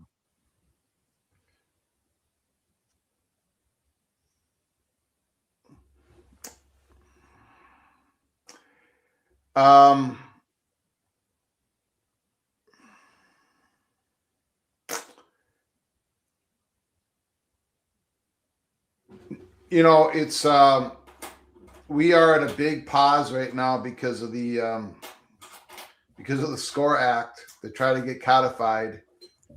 But if and when it becomes quite noticeable that sucker is not going to pass, then all hell is going to break loose. So, gee. Well, it is. I mean, it's we're this. Unfortunately, or fortunately, how you ever want to look at it, the economics of consolidation is far from over. Look at what Paramount has just done with. Well, that has to pass regulators first. Yeah, and that's going to take 3 years, but it's we keep going down that path, and that's why. That's another reason. I'm not going to get into it. No, I don't have anything to share right now. Everything is just big. It's been on pause. It will continue to be on pause. The SEC in no ways can act on anything. The Big Ten in no way can act on anything. And then you got this Cody Campbell thing going on. So it's just going to be on pause for a while. All right. Jacobra Cat comes back with Cody Campbell is the best man who ends up marrying your ex-wife. Rough. Sounds about right. Jacobra Cat. I could see that. And then he's right in her ear telling her to to continue the harassment. But I feel you, Jacobra Cat. I got no problem with Cody Campbell, what he's doing for Texas Tech. I got no problem with him as a businessman or whatever he's doing. I really don't have a problem with him having this idea and putting it out there, right? Ideas. People want the ideas. What I do have a problem with Cody Campbell on is he doesn't even want to talk about his plan. He doesn't want to talk about the details of his plan. He's hiding the details of his plan. And to me, boy, that I have a big problem with that. His plan is known in the Big Ten and the SEC and the ACC and the Big 12 and the Congress people up there, but the national reporters won't report on it. A lot of YouTube channels won't touch it. His plan is a government takeover of college sports. That's his plan. It's in his plan. It's actually in his plan. Go read Ross Dellinger's report. Go read the white papers that Cody Campbell himself is not doing any pushback on the details. So he won't even talk about his plan. When he was on with Nathan, when he's on with anybody, he doesn't talk about the details of his plan. Notice that. Look at it. Listen to it. All he says is, we need to save college sports. Hey! Well, what's your plan, Cody? Well, he doesn't ever talk about the details of it. Why do you think that is, Greg? Because it's god awful. It's god awful. Because he needs, sorry, it's because he cannot, his idea to get everybody more money is for everybody to pool their rights together. Mm-hmm. But he cannot have, his idea, he cannot have anybody control those negotiations or the results of the negotiations or how the money is just distributed to the 138 schools. He cannot have anybody in college sports be in control of that. He has to give it to a government entity. And he won't tell people that. It's in his plan, but he won't tell people that in an interview. Ross Dellinger went back to him, according to Ross Dellinger's own report, according to Ross Dellinger's own podcast, and said, is this truly your plan? A, B, C, D, E, government entity. They control the alignment of conferences. They control the scheduling. And Mr. Cody Campbell would not deny it. And he's not denying anything in those white papers that the Big Ten and SEC has offered up. The reason why the Big Ten and the SEC did that is, for everybody to have an opportunity to actually read what Cody Campbell's plan actually is. And yet, I have not seen one written article by one college football reporter other than Ross Dellinger actually write what Cody's plan actually is. Matt Hayes took a big swing, whiff. Dennis Dodd took a big swing, whiff. They all whiff on it. They don't want to touch it because it would be incredibly unpopular if people actually knew Cody Campbell's plan. Yes, it works much better if it's just trust me, bro. Trust me, bro.